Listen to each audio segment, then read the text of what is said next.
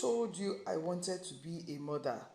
she asked the midwife, her voice trembling, caught somewhere between rage and exhaustion. The midwife paused, cradling the tiny wailing child wrapped in a faded cloth. The newborn's cries echoed against the walls of the small room, mixing with the sound of rain tapping gently on the tiny roof. She stared at the baby, then at the girl, no, the woman, who had just birthed life she never asked for. Her body was young, barely healed from childhood, but her eyes carried a weight far too heavy for someone of her age. This child, her voice cracked. This child is the result of pain, of betrayal. He was supposed to teach me mathematics. Instead, he stole my voice, my future, my choices.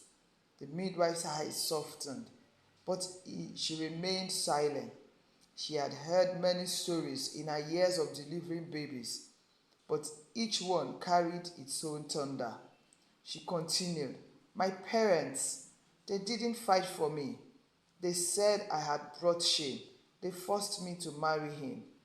Said it was the only way to preserve the family's name. Then they shut their doors and disowned me." She laughed bitterly, the kind of laugh that scrapes the throat raw. "So, no, I didn't want to be a mother.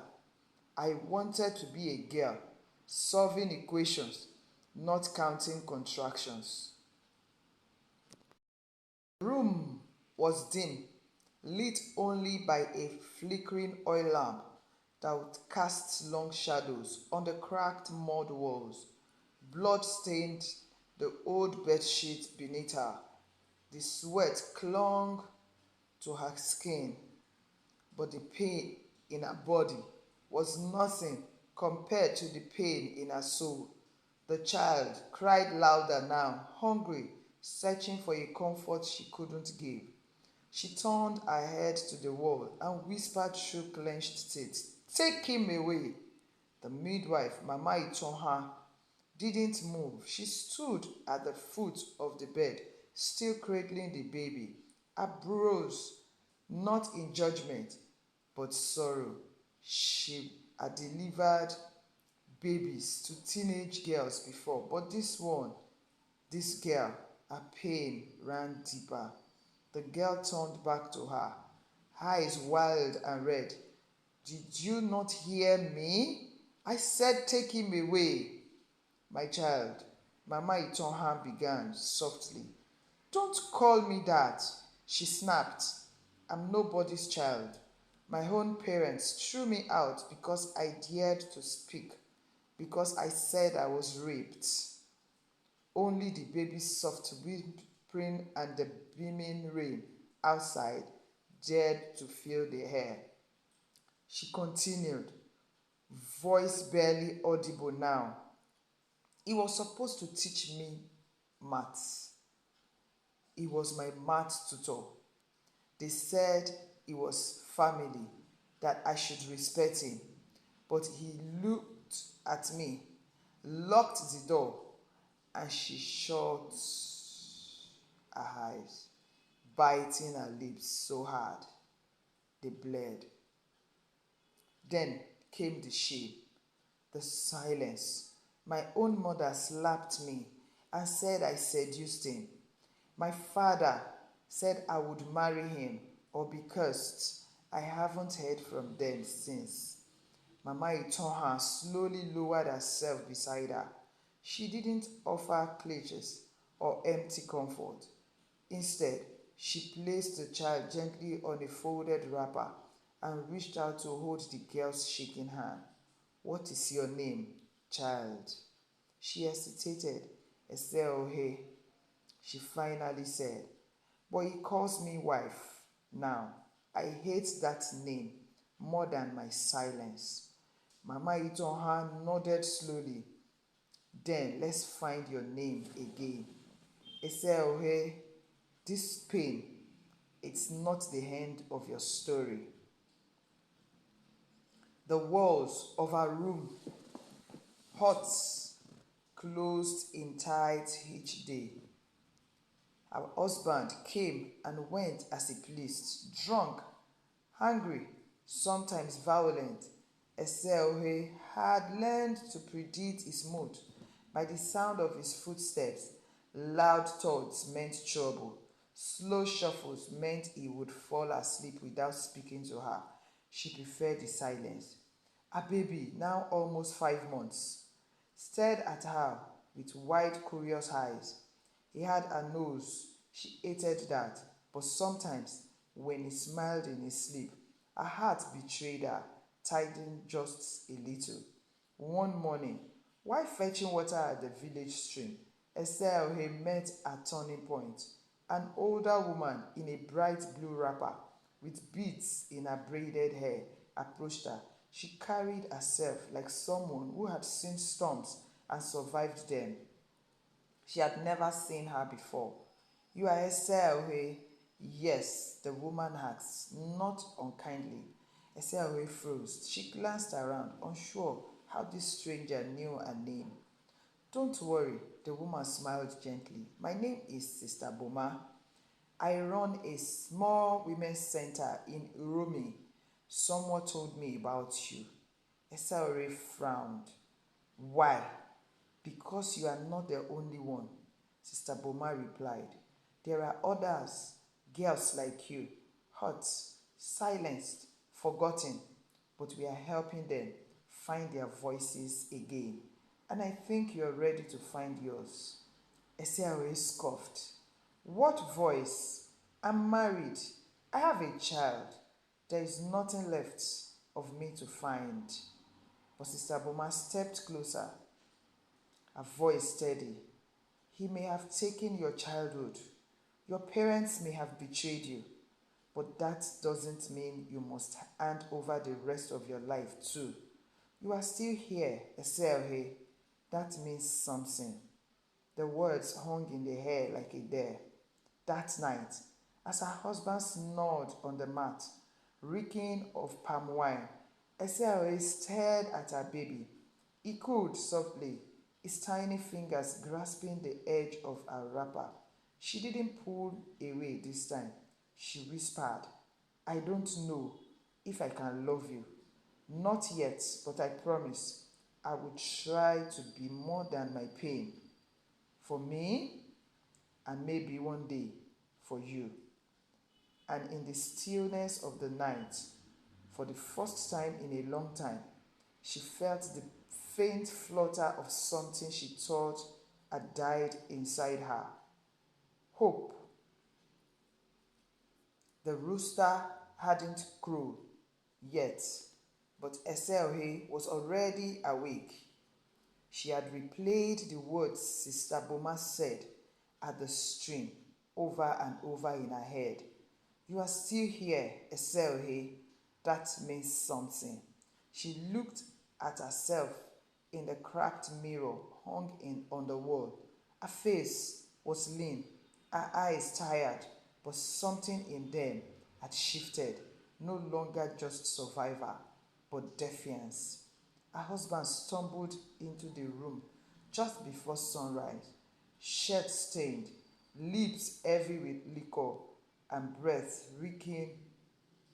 She slammed the door behind, startling the baby. Eseohe didn't flinch. Where is my food? He grunted, not looking at her.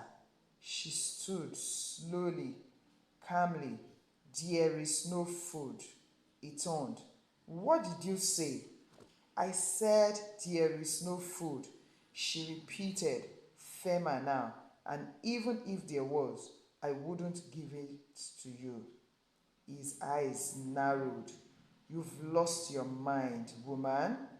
She stepped forward. No, I found it, and I want to be clear. Eyi Giato, what you did to me was rape. What my parents did was betrayal. But what I do now is choice. He raised his hand. She didn't flinch. Go ahead, she said, her voice trembling but steady. Hit me. That's what cowards do. But this will be the last time you ever lay a finger on me. He paused, confused, unsure. She had never spoken like this before. I'm leaving, she continued. I'm taking the child. You will never see us again. He laughed, a dry, mocking sound. You have nowhere to go. She met his gaze. I don't need a mansion. I just need freedom. I have found a place, a woman who said I still have a voice, and I believe her more than I ever believed you. The baby whimpered from the corner. She walked over, picked him up, and wrapped him firmly against her back. Then, as the sky slowly turned from black to blue, Eseohe opened the door and for the first time stepped out not as a victim, but as a woman, reclaiming her life. Her legs ached.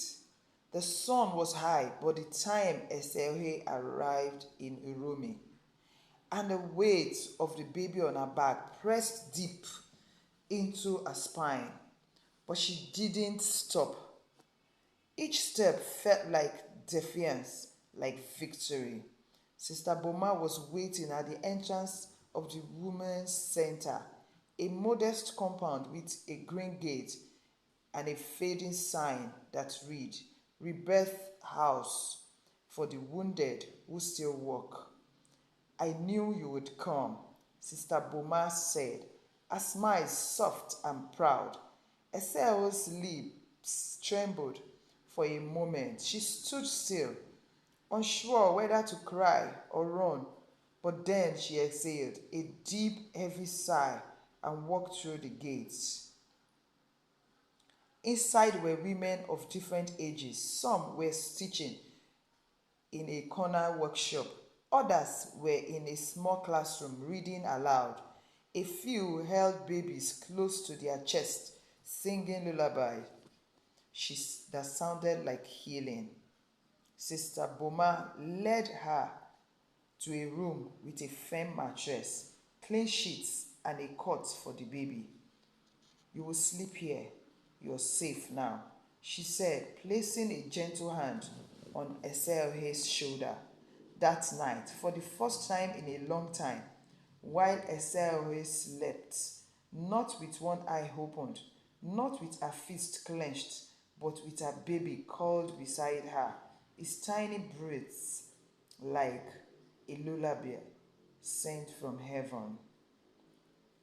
Eseohe enrolled in the center's skill training program. She chose tailoring, and though her fingers fumbled at first, she found that with each stitch she was threading her life back together. She also joined the healing cycles, sessions where women sat in a cycle and shared their stories. The first few meetings, she said nothing. She just listened. Until one afternoon, when a girl no older than 16 shared her story, raped by an uncle, blamed by her family, forced to marry a violator. Eseohe stood up, voice trembling, and said, I was you. I wore your pain, but now I'm sewing a new clothes for my soul. The room was silent, and then, one by one, they began to clap, not out of pity, but pride. Weeks later, Sister Boma gave Eseohe a journal. Write your truth, she said. Someday, another girl will read it and find her way home. Eseohe opened the first page and wrote, They told me I was broken, but now I know I was just bent, and bendable things don't break, they rise. The small hall was filled with young girls, women, and even a few brave men. 3 years later, The banner above stage read, Annual Conference on Restoring Dignity to the Forgotten, hosted by Rebirth House. Sister Boma stood to introduce the keynote speaker. Years ago, a broken girl walked through our gates carrying a baby and a heart shattered by silence. Today, she carries something far greater, courage. Applause filled the room as Eseohe stepped onto the stage. She wore a simple Ankara gown she made herself, and her son, now a bubbly 3-year-old, sat beside Sister Boma, proudly clapping for his mother. Eseohe looked out at the audience. She didn't use notes. My name is Eseohe. I did not choose to be raped. I did not choose to be abandoned, but I chose to heal. I chose to live. I chose to speak. The room was quiet, hanging on her every word. To every girl who has been blamed for someone else's evil, to every woman who was forced to smile through pain, I say this: you still have a name, you still have a voice, and you are not alone. Tears rolled freely, hers and the crowd's. Later that day, after the conference, a familiar face approached. Her hands trembled, her headscarf was old, and her eyes tired. It was her mother. Eseohe froze. I I heard your voice on the radio last month, her mother began. I came to see if it was true, if my daughter was still alive. Eseohe didn't speak. Her body was frozen in time. Her mother's voice cracked. I failed you. I believed the word's shame instead of my own child's truths. I don't deserve forgiveness, but I needed to say this in person. I am sorry. Eseohe looked down at her hands, the same hands that once trembled in fear, now steady from strength.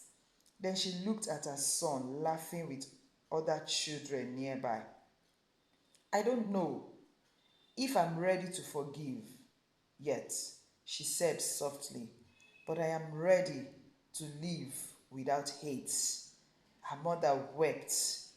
Eseohe placed a hand gently on her shoulder, not out of obligation, but out of a strength only healing could give.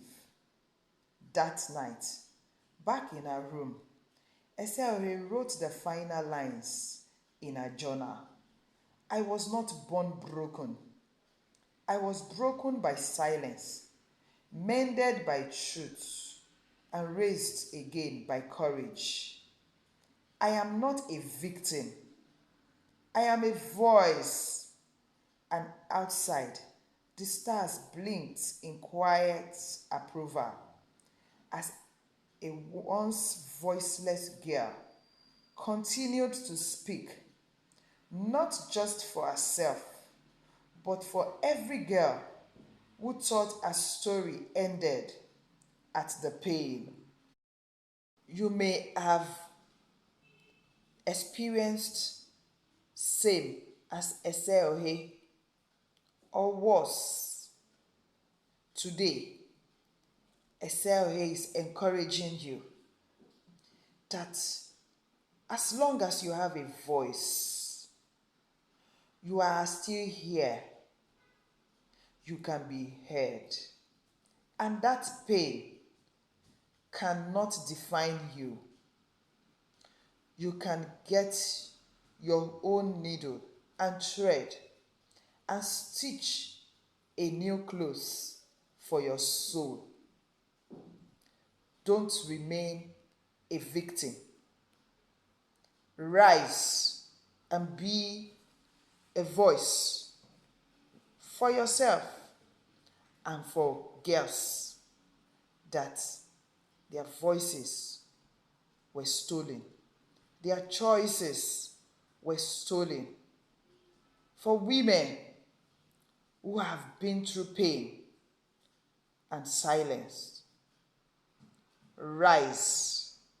As long as you are here, your voice can still be heard.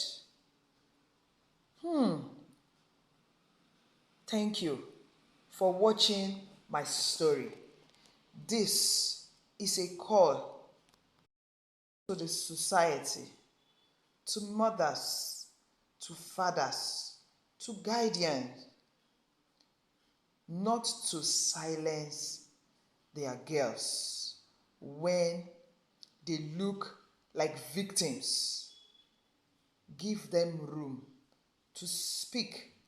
And when they have spoken, don't shut them out of fear or what people would say. Be a speaker to their voice so that their voices will be heard. Thank you for watching my story. This is African Tales by Ewa. If you have not subscribed to my channel, please do. Like. I would like to hear your comments about this story.